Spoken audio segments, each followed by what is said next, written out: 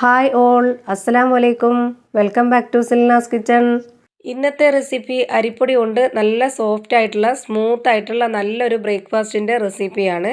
അരിപ്പൊടി കൊണ്ട് ഇത്രയും സോഫ്റ്റ് ആയിട്ട് സ്മൂത്ത് ആയിട്ടുള്ള ഈ ഒരു ബ്രേക്ക്ഫാസ്റ്റിൻ്റെ റെസിപ്പി എങ്ങനെയാണ് തയ്യാറാക്കി എന്നുള്ളത് വീഡിയോ സ്കിപ്പ് ചെയ്യാണ്ട് മുഴുവനായിട്ടും കാണാൻ ശ്രമിച്ചാലേ നിങ്ങൾക്ക് മനസ്സിലാവുള്ളൂ.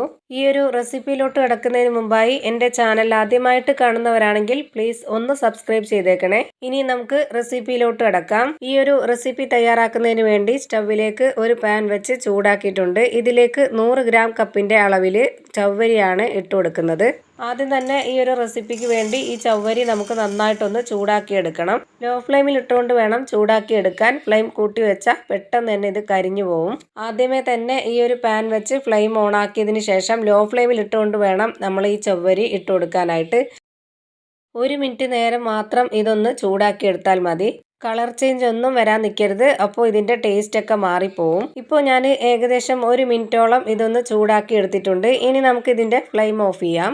ഓഫ് ചെയ്തതിന് ശേഷം ഈ ഒരു പാനിൽ തന്നെ വെച്ചിരിക്കരുത്, പെട്ടെന്ന് തന്നെ വേറൊരു പാത്രത്തിലേക്ക് മാറ്റണം. ഇനി ഇതൊന്ന് മാറ്റി വെച്ചേക്കാം. എന്നിട്ട് നമുക്ക് അടുത്തതായിട്ട് ഒരു കാര്യം കൂടെ ചെയ്യാനുണ്ട്. ഇപ്പോൾ ഞാനിവിടെ മിക്സിയുടെ ചെറിയ ജാർ എടുത്തിട്ടുണ്ട്. ഇതിലേക്ക് 2 തക്കാളി കട്ട് ചെയ്തതാണ് ഇട്ട് കൊടുക്കുന്നത്.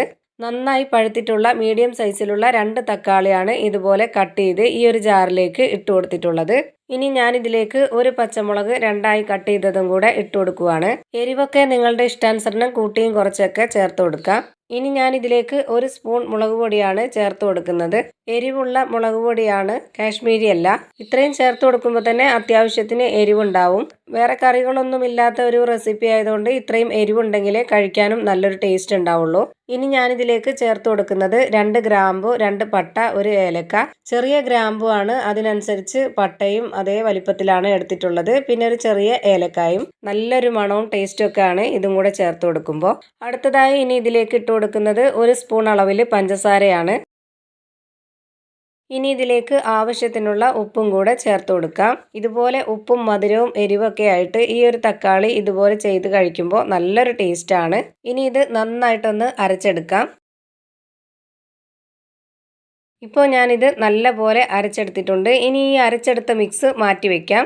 ഇനി അടുത്തതായിട്ട് നേരത്തെ ചൂടാക്കി മാറ്റി വെച്ചിട്ടുള്ള ആ ഒരു ചവ്വരി ഇതുപോലൊരു മിക്സിയുടെ ജാറിലേക്ക് ഇട്ട് കൊടുക്കുന്നുണ്ട്. ഈ ചവ്വരി ഒന്ന് നന്നായിട്ട് പൊടിച്ചെടുക്കണം. അതിന് വേണ്ടിയിട്ടാണ് നമ്മൾ നേരത്തെ ഈ ഒരു ചവ്വരി ചൂടാക്കി എടുത്തത്. ആ ചൂട് മുഴുവനായിട്ടും മാറുന്നതിന് മുമ്പാണ് നമ്മൾ ഇതിലേക്ക് ഇട്ട് കൊടുത്തിട്ടുള്ളത്. ചവ്വരി പൊടിച്ചെടുക്കുമ്പോൾ ചെറിയൊരു ചൂട് വേണം, എന്നാലേ നന്നായിട്ട് പൊടിഞ്ഞു കിട്ടുള്ളൂ. ഇപ്പോൾ ഞാനിത് നന്നായിട്ട് പൊടിച്ചെടുത്തിട്ടുണ്ട്. ചവ്വരി പൊടിച്ചെടുക്കുമ്പോൾ നല്ല നൈസായിട്ടൊന്നും ഉണ്ടാവില്ല. റവയൊക്കെ ഇരിക്കുന്ന ആ ഒരു തരിതരിപ്പൊക്കെ ഉണ്ടാവും. ഇതുപോലെ ചെറിയൊരു തരിയായിട്ടാണ് നമ്മുടെ ഈ ഒരു ചവ്വരി പൊടിഞ്ഞു കിട്ടിയിട്ടുള്ളത്.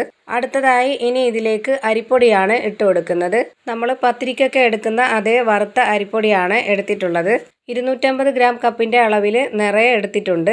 100 ഗ്രാം ചവ്വരിക്ക് വേണ്ടിയിട്ടാണ് ഈ 250 ഗ്രാം കപ്പിൻ്റെ അളവിൽ അരിപ്പൊടി ഇട്ട് കൊടുത്തിട്ടുള്ളത്. നിങ്ങൾ എടുക്കുമ്പോൾ കൂട്ടിയും കുറച്ചൊക്കെയാണ് പൊടി എടുക്കുന്നതെങ്കിൽ അതിനനുസരിച്ചുള്ള അളവിൽ ഈ ഒരു ചവ്വരിയും ഇട്ട് കൊടുത്താൽ മതി. ഇനി അരിപ്പൊടി എടുത്ത ഇതേ കപ്പ് അളവിൽ തന്നെ 1 കപ്പ് വെള്ളം ആദ്യമേ ഒഴിച്ചു കൊടുക്കുന്നുണ്ട്. ഈ വെള്ളം മുകളിൽ കിടക്കുന്നതുകൊണ്ട് നമുക്കിതിലേക്ക് എത്ര വെള്ളമാണ് വേണ്ടതെന്ന് അറിയില്ല. അതുകൊണ്ട് നമുക്കിതൊന്ന് നന്നായിട്ട് ഇളക്കി കൊടുക്കാം. അതുപോലെ നമ്മുടെ ഈ ഒരു ചവ്വരി നന്നായിട്ട് പൊടിച്ചെടുത്തതുകൊണ്ട് അതിലേക്ക് ഒരുപാട് വെള്ളം ആവശ്യമായിട്ട് വരും. ഇനി ഞാനിതിലേക്ക് 1 കപ്പ് വെള്ളവും കൂടെ ഒഴിച്ചു കൊടുക്കുന്നുണ്ട്. ഇപ്പോൾ അരിപ്പൊടി എടുത്ത കപ്പിന് 2 കപ്പ് വെള്ളം ഒഴിച്ചു കൊടുത്തിട്ടുണ്ട്. ഇനി ഇത് വീണ്ടും ഒന്ന് ഇളക്കി കൊടുക്കാം.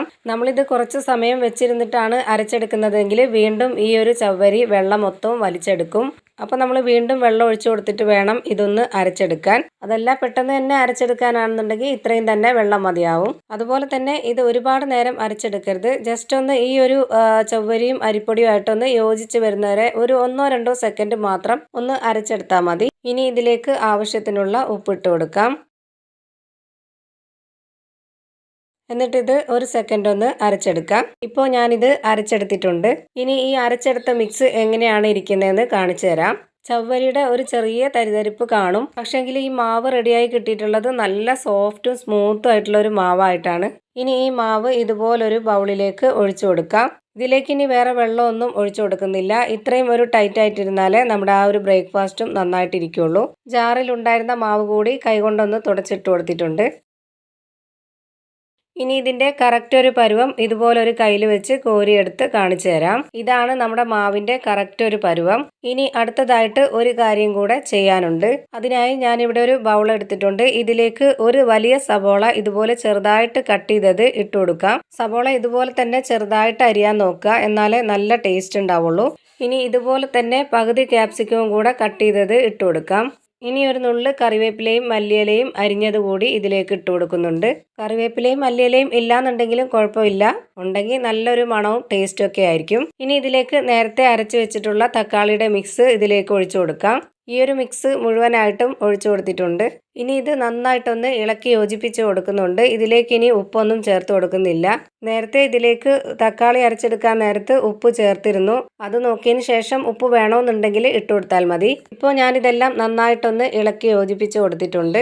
ഇനി ഇത് മാറ്റി വെച്ചേക്കാം. എന്നിട്ട് നേരത്തെ നമ്മൾ റെഡിയാക്കി വെച്ചിട്ടുള്ള ആ ഒരു മാവ് ചുട്ടെടുക്കാനായിട്ട് സ്റ്റവിലേക്ക് ഒരു പാൻ വെച്ച് ചൂടാക്കിയിട്ടുണ്ട്. ആ ഒരു പാനിലേക്ക് ഇതുപോലെ 4 ഇടത്തായിട്ട് ചെറുതായിട്ട് മാവ് ഒഴിച്ചു കൊടുക്കുന്നുണ്ട്. ഇതുപോലെ ചെറുതാക്കി തന്നെ ഒഴിച്ചു കൊടുത്ത് ചുട്ടെടുക്കാൻ നോക്കുക, എന്നാലേ നല്ലൊരു ടേസ്റ്റ് ഉണ്ടാവുള്ളൂ. ഈ പാനിൽ ആദ്യമേ തന്നെ ഒട്ടും എണ്ണയില്ലാതെ വേണം ഇത് ഒഴിച്ചു കൊടുക്കാൻ. ഇതുപോലെ മാവ് ഒഴിച്ചു കൊടുത്തതിന് ശേഷം ഉടനെ തന്നെ നമുക്കിതിന് മുകളിലേക്കായിട്ട് ആ ഒരു തക്കാളിയുടെ മിക്സ് ഇതിലേക്ക് ഇട്ട് കൊടുക്കാം. 4 എണ്ണത്തിലും ഇട്ട് കൊടുക്കുന്നില്ല, ഇതുപോലെ 2 എണ്ണത്തിൽ മാത്രമേ ഇട്ട് കൊടുക്കുന്നുള്ളൂ.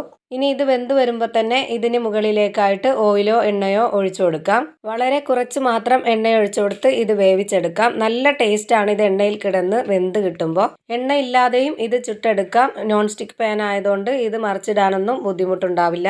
ഇത് എണ്ണയിൽ കിടന്ന് വേവിച്ചെടുക്കുമ്പോഴാണ് നല്ലൊരു ടേസ്റ്റ് കിട്ടുന്നത്. ഇപ്പോൾ ഇതിന്റെ ഒരു ഭാഗം വെന്ത് കിട്ടിയിട്ടുണ്ട്. ഇനി ഇതൊന്ന് തിരിച്ചിട്ട് കൊടുക്കാം. ഇത് നമ്മൾ മാവ് ഒഴിച്ചു കൊടുത്ത് വെന്ത് കിട്ടും വരെ ലോ ഫ്ലെയിമിൽ ഇട്ട് വേണം വേവിച്ചെടുക്കാനായിട്ട്. ഇടയ്ക്കൊന്ന് ഞാൻ തീ കൂട്ടി വേവിച്ചെടുക്കാൻ നോക്കിയപ്പോഴാണ് ഇതുപോലൊന്ന് ചെറുതായിട്ട് ആ തക്കാളിയുടെ ഗ്രേവി ഒന്ന് കരിഞ്ഞു പോയത്. അപ്പോൾ അങ്ങനെ വരാതിരിക്കാൻ വേണ്ടി പ്രത്യേകം ശ്രദ്ധിക്കണം. നിങ്ങൾ വേവിക്കുമ്പോൾ ലോ ഫ്ലെയിമിലിട്ട് തന്നെ വേവിച്ചെടുക്കണം. ഈ മാവ് വെന്ത് കിട്ടാനും ചെറിയൊരു ചൂട് മതി. കാരണം നല്ല സോഫ്റ്റ് ആയിട്ട് സ്മൂത്ത് ആയിട്ട് ഇരിക്കുന്ന ഒരു മാവായതുകൊണ്ട് വളരെ കുറഞ്ഞ തീയിൽ വേണം ഇത് വേവിച്ചെടുക്കാൻ. ഇപ്പോൾ ഇത് ഈ ഒരു ഭാഗവും കൂടെ വെന്ത് കിട്ടിയിട്ടുണ്ട്. ഇനി ഇതൊന്നുകൂടി തിരിച്ചിട്ട് കൊടുക്കാം. ഇനി ഇതിൽ നിന്നും ഒരു മാവെടുത്ത് ഇതിലേക്ക് വെച്ച് കൊടുക്കാം. എന്നിട്ടിത് ഇതുപോലെ സ്പാച്ച് വെച്ച് നന്നായിട്ടൊന്ന് അമർത്തി കൊടുത്താൽ ഇത് നന്നായിട്ട് ഒട്ടിയിരിക്കും. രണ്ടും ഇതേപോലെ ചെയ്തെടുക്കുന്നുണ്ട്.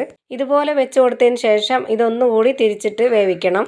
എന്നാലേ ഈ ഒരു മാവിലും കൂടെ ആ ഒരു ഗ്രേവിയുടെ ടേസ്റ്റ് ഒക്കെ ഒന്ന് പിടിച്ചു വരുള്ളൂ. ഇപ്പോൾ ഞാൻ രണ്ടും ഇതുപോലെ തിരിച്ചിട്ട് കൊടുത്തിട്ടുണ്ട്.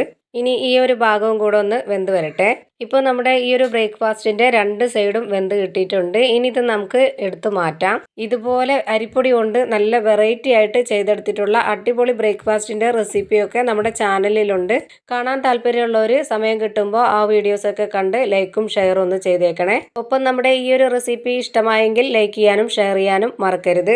ഇപ്പോൾ നമ്മുടെ എല്ലാ മാവിലും ഇതേപോലെ തന്നെ ചുട്ട് റെഡിയാക്കി വെച്ചിട്ടുണ്ട്. ഇനി നമ്മുടെ ഈ ഒരു ചുട്ട് വെച്ചിട്ടുള്ള ബ്രേക്ക്ഫാസ്റ്റ് എങ്ങനെയാണ് ഇരിക്കുന്നതെന്ന് കാണിച്ചു തരാം. ഇപ്പം ഞാനിതിൽ ഒരെണ്ണം കട്ട് ചെയ്യുന്നുണ്ട്. തീരെ കട്ടിയില്ലാത്ത പഞ്ഞി പോലത്തെ ബ്രേക്ക്ഫാസ്റ്റ് ആണിത്. ഇത് ചൂടോടെ കഴിക്കാനും ചൂടാറിയിട്ട് കഴിക്കാനും ഇതുപോലെ തന്നെ ഉണ്ടാവും. നല്ല ടേസ്റ്റി ആയിട്ടുള്ള നല്ല അടിപൊളി ബ്രേക്ക്ഫാസ്റ്റിന്റെ റെസിപ്പിയാണ്. തീർച്ചയായിട്ടും ഇത് ഒരു തവണയെങ്കിലും ഒന്ന് ഉണ്ടാക്കി കഴിച്ച് നോക്കണം. നല്ല ടേസ്റ്റിയാണ്. അപ്പോൾ ഇത്രയേ ഉള്ളൂ എൻ്റെ ഇന്നത്തെ വീഡിയോ ഇഷ്ടമായാൽ ലൈക്ക് ചെയ്യാനും കമൻറ്റ് ചെയ്യാനും ഷെയർ ചെയ്യാനും മറക്കരുത്. അപ്പോൾ പുതിയ പുതിയ വെറൈറ്റി റെസിപ്പികൾക്ക് വേണ്ടി നമ്മുടെ ചാനൽ ഒന്ന് സബ്സ്ക്രൈബ് ചെയ്യാനും ബെല്ലൈക്കൺ അമർത്താനും അതിൽ ഓൾ എന്ന ഓപ്ഷൻ കൊടുക്കാനും മറക്കരുത്. പുതിയൊരു വീഡിയോയുമായി വീണ്ടും വരും. Thank you for watching.